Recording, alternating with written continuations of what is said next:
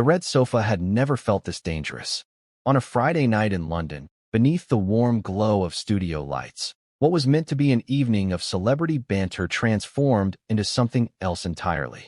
Something raw, something unprecedented, something that would expose the most uncomfortable truth about modern royalty, earned respect, and the difference between marrying into a title and earning one through decades of sacrifice.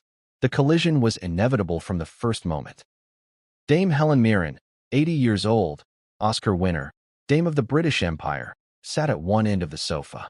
She had spent 50 years building a career that would make her one of Britain's most respected actresses. She had studied the monarchy with academic intensity, playing Queen Elizabeth II in a performance that would define her legacy. She had earned her place through work, through craft, through decades of contribution that no one could question. At the other end sat Meghan Markle, Duchess of Sussex, the woman who had married into the institution, left it, and spent 5 years telling the world exactly how terrible it had been.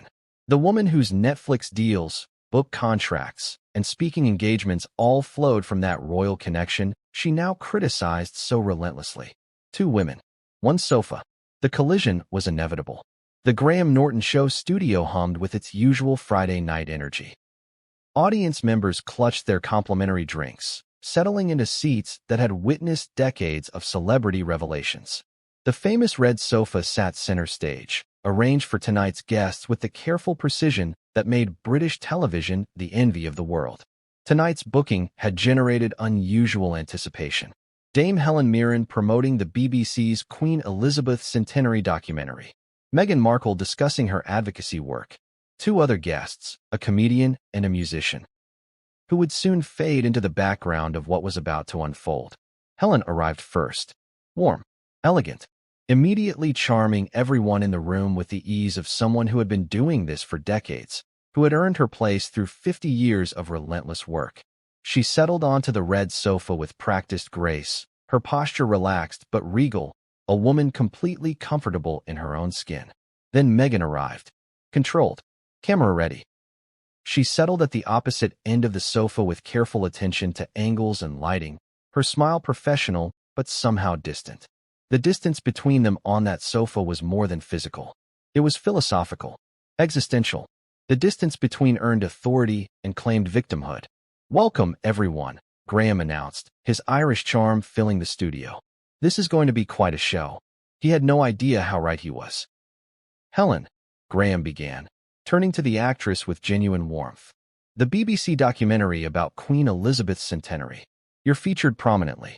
What drew you back to discussing her?" Helen's smile was genuine. She would have been 100 this year. 100 years of service, or at least 70 years of it as queen. That's extraordinary. That's a life devoted entirely to others. I wanted to honor that. Graham leaned forward. "You played her so beautifully in The Queen. What did you learn about her through that process?" "I learned that duty isn't a burden for some people. It's an identity." Helen's voice carried the weight of genuine respect. She woke up every morning knowing her life wasn't her own, that her preferences, her desires, her personal feelings came second to the role. Most people can't imagine that level of sacrifice. The words hung in the air. Most people can't imagine that level of sacrifice. On the other end of the sofa, Meghan shifted position. A small movement, almost imperceptible, but the cameras caught it. The audience caught it. Graham caught it. "Not everyone experiences the institution as sacrifice," Meghan said carefully. "Some experience it as a cage." Helen turned to look at her. The movement was slow, deliberate, the kind of gesture that comes from decades of commanding attention on stage and screen. "Do they? I spent years studying that institution. Reading about it. Understanding its weight.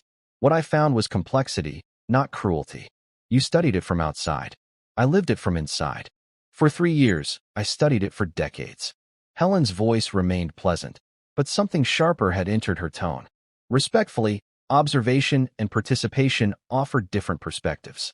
But duration provides depth. Graham laughed nervously, trying to bridge the growing divide. "Well, we've got both perspectives right here on the sofa." "We do," Helen said, her voice pleasant but firm. "And I'm curious about something." The studio temperature seemed to drop. The audience, which had been relaxed and expectant, suddenly sat forward. The comedian on the end of the sofa stopped pretending to look amused. The musician's hands went still on their instrument.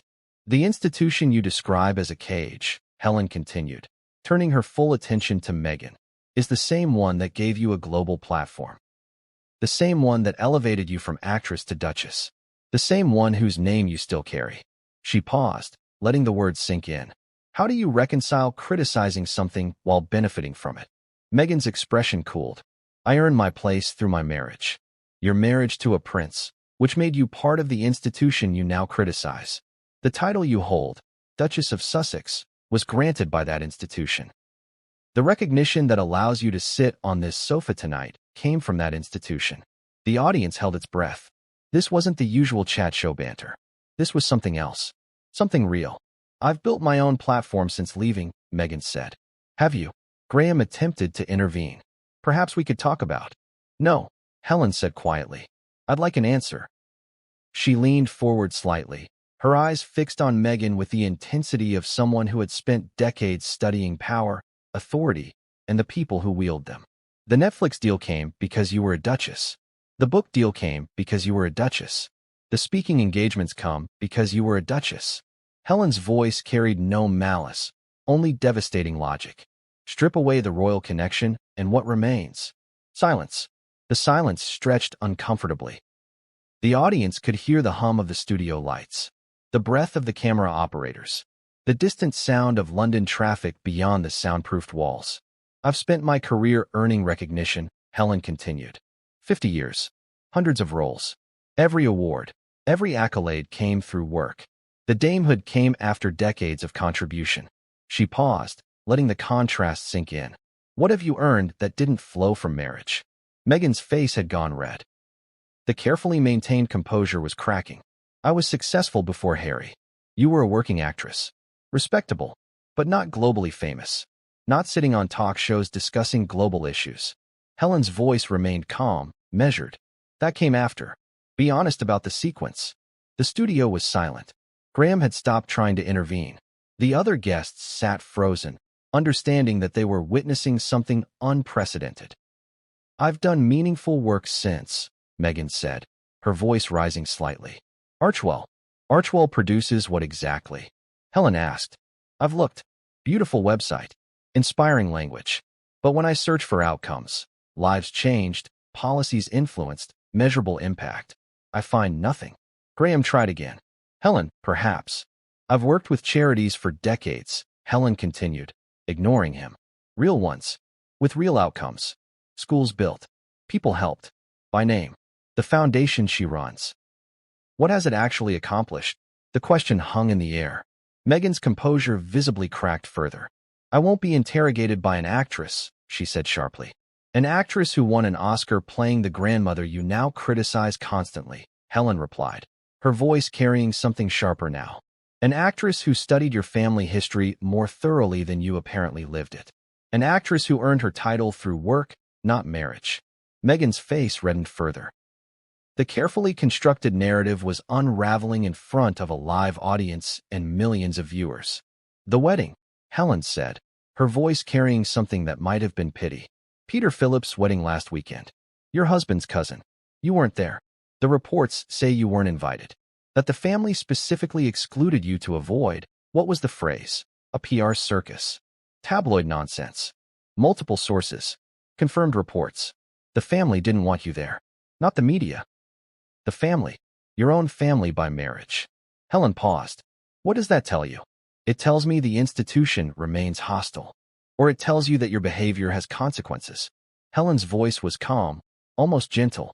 That publishing intimate family details for profit damages relationships. That doing Netflix documentaries criticizing your in-laws might affect your welcome at family events. Graham was gripping his cards now. Ladies, maybe we should. I'd like to know something, Helen said, ignoring him completely. When you married Harry, what did you think would happen? That the institution would reform to suit you? That centuries of protocol would bend to your preferences? That a family you just joined would immediately prioritize your comfort? I expected basic decency. You received a wedding that cost £32 million. You received global recognition. You received a title, a home, staff, protection. Helen's voice carried genuine confusion. What basic decency was denied? The treatment from the press. The press treats everyone badly. They treated Diana badly. They treated Camilla badly. They treated Kate badly for years. Helen's voice was sharp now. The treatment wasn't unique to you. What was unique was your response. My response was honest. Your response was profitable. The silence that followed was absolute. The audience had stopped breathing. The cameras kept rolling, capturing every detail. Meghan's trembling hands, Helen's calm composure, the other guests frozen in their seats. The Oprah interview wasn't free, Helen continued. The Netflix deal wasn't charity. The book earned millions. She paused, letting the weight of her words settle. You've monetized your grievances more successfully than anyone in royal history. That's not honesty. That's commerce. Meghan moved as if to leave, then stopped. You don't understand what I experienced. I understand what you've shown. Helen's voice carried something that might have been sadness. Interview after interview about your suffering.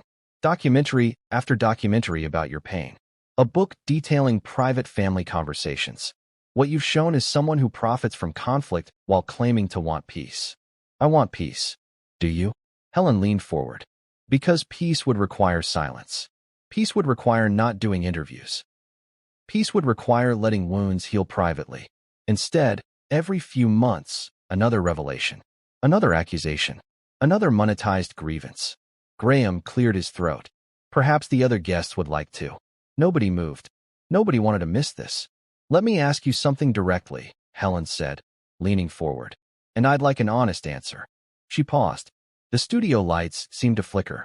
The audience leaned forward as one. Do you believe you're wanted anywhere? The question landed like a physical blow. Meghan's composure cracked visibly. By the royal family? By the British public? By the American establishment that hasn't embraced you either? I'm wanted by millions. Millions who consume your content. Helen's voice was gentle now, almost kind. That's not the same as being wanted. That's being watched. Being wanted means being invited, being included, being missed when absent. She paused. Who misses you? Who invites you? Who wants you present rather than performing? My husband. Your husband who reportedly wants to return to England while you don't. Your husband who misses his family while you've helped separate him from them. Helen's voice carried something that might have been genuine concern. Your husband who's increasingly seen attending events without you. Is he evidence of being wanted or evidence of partnership strain? Meghan grabbed her purse. I won't sit here and be attacked by someone who played my husband's grandmother in a movie and thinks that gives her authority. Helen smiled, a sad, knowing smile. I played her because I studied her. Because I respected her enough to understand her. Because I saw what service actually looks like. She paused, her eyes meeting Meghan's. What I see in you is the opposite. Not service, self-promotion. Not sacrifice, strategy. Not belonging, performing. You never understood what you married into. And now you criticize what you never grasped. Meghan moved toward the exit. This is outrageous. You've joined everyone who wants to tear me down. Helen remained seated, completely calm. I've joined observation, Helen said, her voice carrying the weight of 50 years of earned authority. What I observe is someone who entered an institution without understanding it, left that institution while profiting from it, and spends her time criticizing that institution while still using its name and recognition. She paused. That's not a victim. That's an opportunist.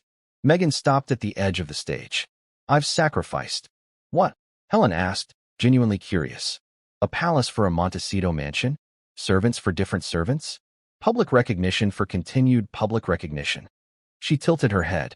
Your sacrifice looks remarkably like lateral movement with improved weather. Graham had given up trying to intervene. The other guests sat frozen. The audience was completely silent. You'll regret this, Meghan said, her voice shaking. I'll regret honesty? At 80 years old after 50 years of earned respect. Helen laughed softly. I don't think so. What I'd regret is watching someone diminish the institution I came to respect through study. Watching someone claim victimhood from a position of extraordinary privilege. And saying nothing. Meghan paused at the edge of the stage. You don't know me. I know what you've shown. Helen's voice was calm, measured, devastating. And what you've shown is someone who wanted the crown without the weight. The title without the duty. The platform without the service. Someone who took what the institution offered and gave nothing but criticism in return. She paused. I know enough. Meghan left. The studio door closed behind her. The red sofa sat in stunned silence. Graham looked at Helen, then at his remaining guests, then at the audience. Well, he managed. That just happened. Helen straightened her sleeve with theatrical calm. I apologize for the disruption. I didn't intend to dominate the conversation. You didn't dominate, Graham said weakly. You clarified. Though I'm not sure that's ever happened on this sofa before. She needed to hear it. Not for my benefit, for hers. Helen paused. Though I suspect she won't process any of it. The comedian finally spoke. That was, I've got nothing. I've got no jokes that follow that. Helen laughed, genuine and warm. Comedy after confrontation is difficult. Perhaps we could discuss something lighter. Graham nodded, visibly relieved. Yes, please. Something lighter. Anything lighter. But the audience was still buzzing. They'd witnessed something unprecedented. Something real. Something that would be discussed for weeks, months, perhaps years. Before we move on, Helen said, I want to say one thing to the audience. Because this matters. She looked directly at the camera. The change in her demeanor was subtle but unmistakable. The actress had stepped aside. What remained was something else. Something genuine. I was raised anti-monarchist. My parents would have been horrified that I played the Queen. But through studying Elizabeth II, through really trying to understand her, I came to respect something I'd dismissed. She paused, collecting her thoughts. The weight of duty. The sacrifice of self. The quiet endurance of a woman who gave her entire life to service. Her eyes met the camera directly. What I witnessed tonight was the opposite. Someone who received enormous gifts from that institution, recognition, platform, global fame, and has spent years complaining about how those gifts were wrapped. That's not courage. That's ingratitude. And someone needed to say it. The footage aired that night. BBC made no edits. The clips that spread across social media captured the red sofa confrontation in devastating fragments. Strip away the royal connection, and what remains? An actress who earned her title through work, not marriage. Your behavior has consequences. Publishing intimate family details for profit damages relationships. You've monetized your grievances more successfully than anyone in royal history. Do you believe you're wanted anywhere? Your sacrifice looks remarkably like lateral movement with improved weather. Someone who took what the institution offered and gave nothing but criticism in return.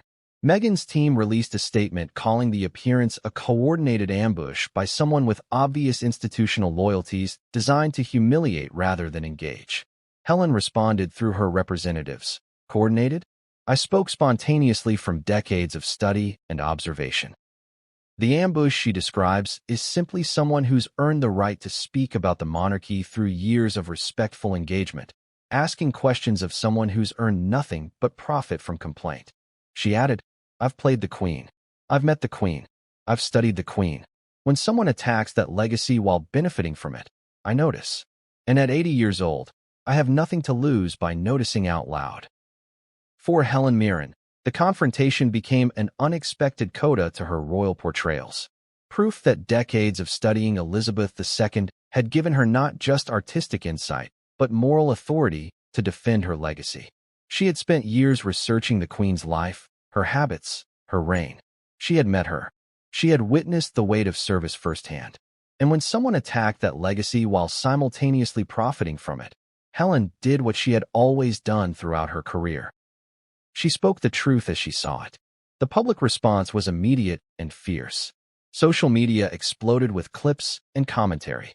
News outlets debated whether Helen was right to speak so directly or whether she had overstepped. But beneath the debate lay something more fundamental. For millions who had followed the royal saga with growing unease, Helen had done something remarkable. She had asked the questions that everyone else was too polite or too afraid to ask. What have you built that doesn't depend on royal association? What have you earned that didn't flow from marriage? Do you believe you're wanted anywhere? Meghan's inability to answer those questions, her sudden exit from the studio, her refusal to engage with the substance of Helen's critique, revealed something. Not just about Meghan, but about the entire narrative she had constructed. For Meghan Markle, the confrontation was devastating in a particular way. Helen wasn't tabloid media. She wasn't royal staff. She wasn't someone who could be dismissed as racist or jealous or part of an institution determined to tear her down. She was Britain's most respected actress, an Oscar winner, someone who had earned global admiration through work, not marriage, someone who had studied the monarchy with academic intensity, someone whose opinion carried weight precisely because she had never sought royal favor. She had simply observed, studied, understood. Being challenged by Helen Mirren and being unable to answer exposed something no media strategy could address. No carefully crafted statement. No strategic narrative. No sympathetic interview. The truth of earned versus claimed authority was undeniable. Helen had earned her place through decades of work. Meghan had claimed hers through marriage. And when asked to name something she had built independently, she couldn't. But for the millions who watched, something else emerged. The contrast between Helen, 80 years of earned respect, titles given for achievement, authority derived from study and work, and Meghan's inability to name a single accomplishment independent of royal connection told its own story. Helen had asked what Meghan had built. Meghan couldn't answer. Helen had asked if Meghan was wanted anywhere. Meghan couldn't respond. Helen had asked what sacrifice looked like. Meghan provided nothing. And in that absence, in that devastating silence where earned achievement should have been, everything anyone needed to know about the difference between genuine contribution and strategic self-promotion became impossible to ignore. Some people earn their place over decades. Others marry into position and complain about the wedding gifts. Helen earned everything. Meghan claimed grievance. The difference was visible to everyone watching. An Oscar winner, a dame of the British Empire, decades of studying the Queen. And she asked one simple question. What have you earned that didn't come from marriage? The silence said everything. The red sofa confrontation had ended, but its implications continued to ripple through British culture, through royal commentary, through the broader conversation about what it means to earn respect versus demand it. Helen Mirren had spoken not as a monarchist, but as a student of history, not as a defender of royalty, but as a defender of service. Not as someone trying to tear Meghan down, but as someone trying to build something up, the recognition that duty, sacrifice, and genuine contribution matter. She had studied Elizabeth II long enough to understand what service actually looks like. The quiet endurance. The decades of putting duty before self. The willingness to accept a life that was never truly your own. And she had watched Meghan, someone who had received enormous privilege from that institution, spend years complaining about how that privilege was packaged. The Netflix deals, the book contracts, the speaking engagements, all flowing from the royal connection, all while criticizing the source. Helen had said what needed to be said, not cruelly, not maliciously, but with the devastating clarity that comes from 50 years of earned authority. You've monetized your grievances more successfully than anyone in royal history. That's not victim. That's opportunist. Your sacrifice looks remarkably like lateral movement with improved weather. Someone who took what the institution offered and gave nothing but criticism in return. As the credits rolled on that Friday night episode of The Graham Norton Show, as viewers across Britain and beyond sat in stunned silence, as social media erupted with heated debate, one thing was clear. Helen Mirren had done something remarkable. She had spoken truth to power. Not from a position of weakness, but from a position of earned authority. She had defended an institution she once dismissed, not because she had become a monarchist, but because she had become a student of history. She had asked the questions no one else would ask, and in the silence that followed, the answer was impossible to ignore. Some people earn their place. Others marry into it, and then complain about the wedding gifts. The footage would be discussed for years. The clips would be shared millions of times. The confrontation would become part of television history. But beneath the spectacle, beneath the drama, beneath the heated debate, something else emerged. A reminder that earned respect matters. That genuine contribution is different from strategic self-promotion. That's service, real service, the kind that demands sacrifice, the kind that asks you to put duty before self, deserves recognition. And that sometimes, at 80 years old, after 50 years of earning your place, you have nothing to lose by noticing out loud. Helen Mirren sat on that red sofa and asked the question that needed to be asked. Meghan Markle couldn't answer. The silence was devastating. And in that silence, everything anyone needed to know became clear. Some people earn their place. Others demand it. The difference was visible to everyone watching. If you want more content that recognizes the difference between earning respect and demanding it, that celebrates genuine achievement over strategic self-promotion, that honors the quiet endurance of those who serve rather than those who simply benefit, then subscribe. Turn on notifications. Drop a like. More truth.